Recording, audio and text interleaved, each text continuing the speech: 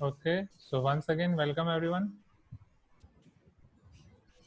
Now see here, तो ये था आपका लाग्रांजेस मीन वैल्यू थ्योरम. हम इसका जियोमेट्रिकल या ग्राफिकल इंटरप्रिटेशन देख रहे थे. तो slope at point C, right, tangent of slope of tangent at point C, okay, it is equal to slope of the line joining the points this a and b, और a comma f of a, b comma f of b, right. ये आपका point होगा a comma f of a, b comma f of b.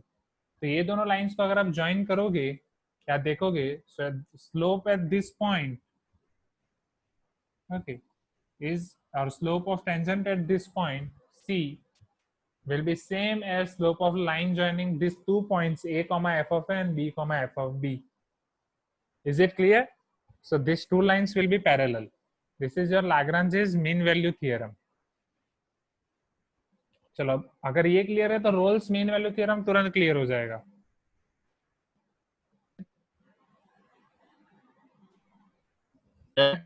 हाँ, yes Vishnu. हाँ sir, वो C point थोड़ा आगे रहेगा. हाँ, ये जस्ट एक कर्व है ना एग्जांपल सर, है. कर्व के हाँ बिल्कुल.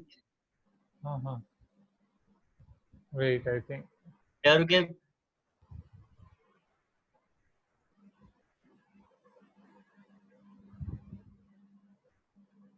हाँ कर्व के, हाँ ये सी पॉइंट यहाँ पे है, इधर ये मैंने किया है, एरो ज्वाइन किया. This is just one example. See आपका ए और बी के बीच में होगा. ओके, बीच में कैसे सर, मतलब वो लाइन जॉइनिंग वहाँ पे कोई भी पॉइंट हो अरे सकता है ना बीच सी. में मतलब मिड पॉइंट, बीच में मतलब, sorry, it is word play और वर्ड एरर. बीच में मतलब नॉट मिड पॉइंट, बीच में मतलब in between A to B. Okay, वो ए और बी के बीच में कहीं भी हो सकता है, in between A to B. Okay, हाँ सर, अगर हाँ सर, अभी सी आगे है, बहुत आगे पॉइंट है, मतलब बी है ना, बी से थोड़ा पीछे सी पॉइंट है. हाँ हाँ हाँ अभी उसका टेंजेंट ड्रॉ करेंगे और ए भी ड्रॉ करेंगे तो पैरेलल नहीं होगा ना सर. हाँ, ऑब्वियसली बाकी कोई पॉइंट के लिए नहीं होगा. ठीक है, एटलीस्ट एक पॉइंट आपको ज्यादा भी मिल सकते हैं, ऐसा नहीं कि एक ही पॉइंट मिलेगा, राइट. एटलीस्ट एक पॉइंट तो ऐसा मिलेगा जिसके लिए ये पॉसिबल हो. हर एक के लिए पॉसिबल नहीं होगा, बट एटलीस्ट एक तो ऐसा मिलेगा कि जिसके लिए आपके लिए पॉसिबल हो. ओके, हाँ सर, ओके सर. हाँ ठीक है. हाँ, मैं पूरा थियरम वापस एक्सप्लेन कर रहा हूँ. सो लाग्रांजेस मीन वैल्यू थियरम वो पता चल जाएगा तो रोल्स तुरंत पता चल जाएगा. If your function is continuous on close interval a to b, and if your function is differentiable on open interval a to b, and your f of a is not equal to f of b, here also we can see that our f of a will be like this, और ये आपका f of a होगा, and this is your f of b. F of b will be this. So here your f of a is not equal to f of b, these both are not same, so f of a is not equal to f of b. So at that time we can find at least one c belongs to open interval a to b, such that f dash c, मतलब c पे आप ये curve का tangent draw करके जो slope निकालोगे, it will be equal to f of b minus f of a by b minus a. That means slope of the line joining these points capital A and capital B, or a comma f of a, b comma f of b, right. No, here f of a is this and f of b is this, दोनों same नहीं है. Okay, so this is your theorem. Your theorem's conclusion is this, that is the condition of theorem, कि वो close interval होना चाहिए continuous के लिए, differentiation होना चाहिए ओपन इंटरवल पे, और जो इंटरवल के आपके एक्सट्रीमिटीज हैं वो दोनों पे आपका एफ ऑफ ए और एफ ऑफ बी सेम नहीं होना चाहिए. So there you can find at least one C belongs to open interval a to b such that f dash c equal to f of b minus f of a by b minus a. आपको c ज्यादा भी मिल सकता है. f of a equal to f of b वाला मैं दिखाऊंगा ना यहाँ पे मनोज, फॉर रोल्स थियरम. ए और बी सेम नहीं होंगे. अगर आपके ए और बी सेम होंगे तो इंटरवल ही डिफाइन नहीं होगा.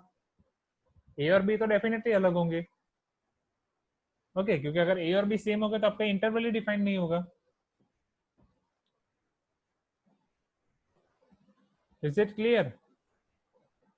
हाँ, यस. यानी ए बी टेंजेंट पे पैरेलल क्या? F of B minus F of A तो वाई एक्सिस पे मिलेगा हमें। हाँ,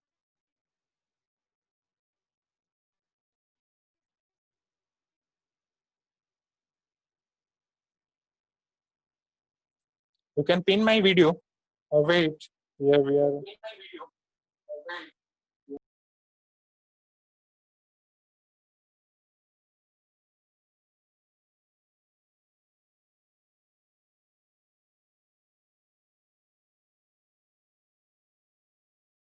Okay, am I audible now?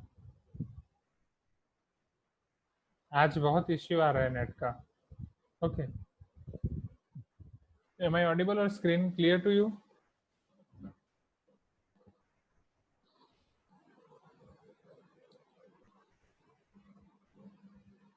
Uh,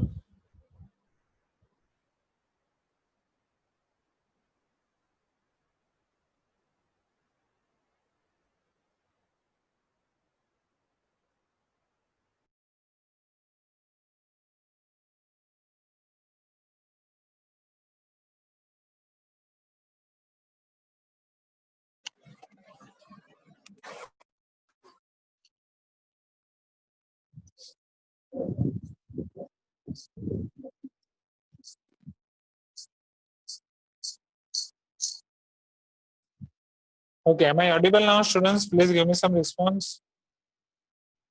क्या आप मुझे सुन पा रहे हो? Okay. Yes, तो Harsha was asking about slope, I think. ठीक है.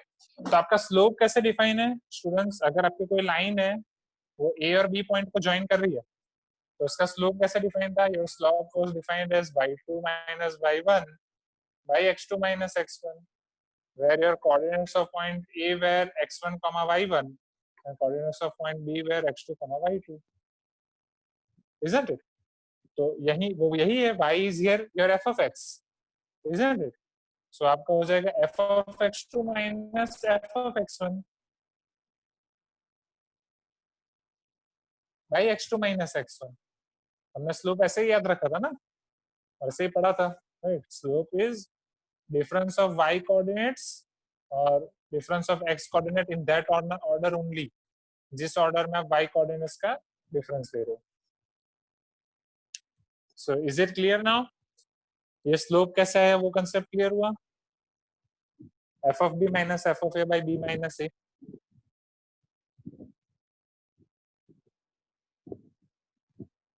ओके, हाँ, इसका यूज हम देखेंगे. इसका यूज बहुत सारे क्वेश्चंस में है और बहुत ही ट्रिकी यूज है. आपको पता ही नहीं चलेगा कि ये क्वेश्चन मीन वैल्यू थ्योरम का क्वेश्चन है. ठीक है, वो जब उसके क्वेश्चन दिखेंगे तब आपको पता चलेगा. ठीक है, वो क्वेश्चन में मैं आपको दिखाऊंगा. हमें पता ही नहीं चलेगा कि ये क्वेश्चन मीन वैल्यू थ्योरम का क्वेश्चन है, तो मैं आपको समझाऊंगा कि वो आइडेंटिफाई कैसे करना है. ठीक है, तो यहाँ पे मैंने समझा है कि एटलीस्ट 1C का ग्राफ बताया, ऐसा ही मल्टीपल सी का ग्राफ भी मैं आपको बता सकता हूँ. समझो, तो यहाँ पे मान लो ए और बी के बीच में, हाँ वो मैं आपको सब समझाऊंगा. सी कैसे आइडेंटिफाई करना है, क्या होगा. ठीक है, अभी के लिए फिलहाल सिर्फ थियरम समझो, वो कैसे आइडेंटिफाई करना है वो सारी चीजें मैं समझाऊंगा. ठीक है,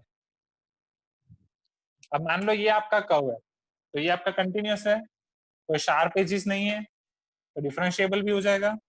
this is your A, this is your B, यहाँ पे ये आपका एफ ऑफ ए और ये आपका एफ ऑफ बी.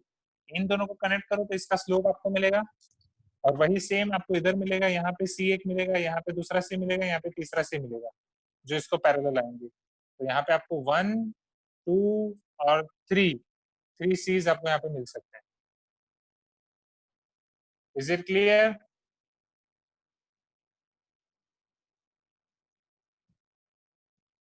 ओके, बाकी सी कैसे आइडेंटिफाई करना है वो सारी चीजें मैं बताऊंगा क्वेश्चन में. अब फटाफट रॉल्स थ्योरम देखो. तो रॉल्स थ्योरम के लिए आपका एफ ऑफ ए और एफ ऑफ बी सेम होना चाहिए. Rolle's theorem is nothing but generalisation of Lagrange's theorem. अगर इसमें आपका एफ ऑफ ए और एफ ऑफ बी सेम हो जा रहा है, डायरेक्ट मैं एडवांस ग्राफ प्लॉट कर रहा हूँ जिसमें आपको 2-3 पॉइंट मिल रहे हैं. ठीक है, मिनिमम एक मिलेगा. ओके, सो हियर, हाँ, यहाँ पे एफ डैश सी हर केस में सेम होगा. यहाँ पे एफ डैश सी, क्योंकि स्लोप सबका सेम रहेगा. All will be parallel lines. This is A, this is B. ठीक है, अब अगर आपका ये दोनों सेम है, आपका F of A and F of B दोनों सेम है, यहाँ पे समझो, here your F of A equal to F of B. So अब ये अगर इसमें आप एफ ऑफ ए और एफ ऑफ बी सेम रख रहे हो तो एफ डेस सी आपका क्या हो जाएगा, zero. So implies your F dash C will be zero. F dash C will be zero मतलब वहां पे आपका स्लोप कैसा आ जाएगा, हॉरिजॉन्टल।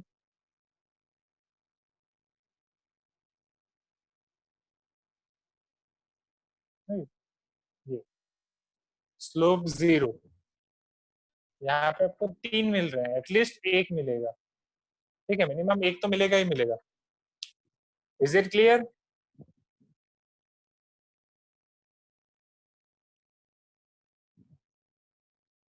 ओके, सो ये था आपका Lagrange's mean value theorem and Rolle's mean value theorem. तो आज तो नेटवर्क इश्यू की वजह से हम कुछ ज्यादा पढ़ नहीं पाए, ठीक है, तो नो प्रॉब्लम। आप M20.3 का formula book and regular book का मैं असाइनमेंट बना दूंगा, ठीक है, तो वो आप करना। और उसके बाद आपके पास टीपीपीज हैं, टीपीपी में आपके पास 35 क्वेश्चन है, एक ही टीपीपी है।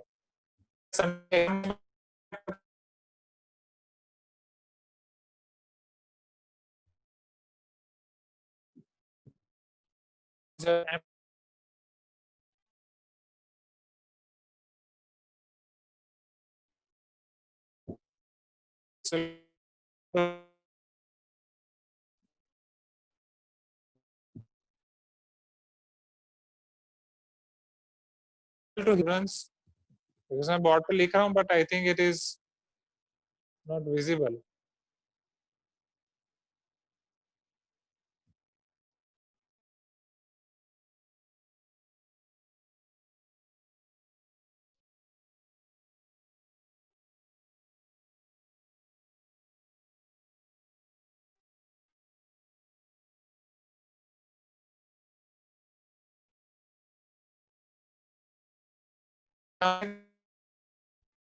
हाँ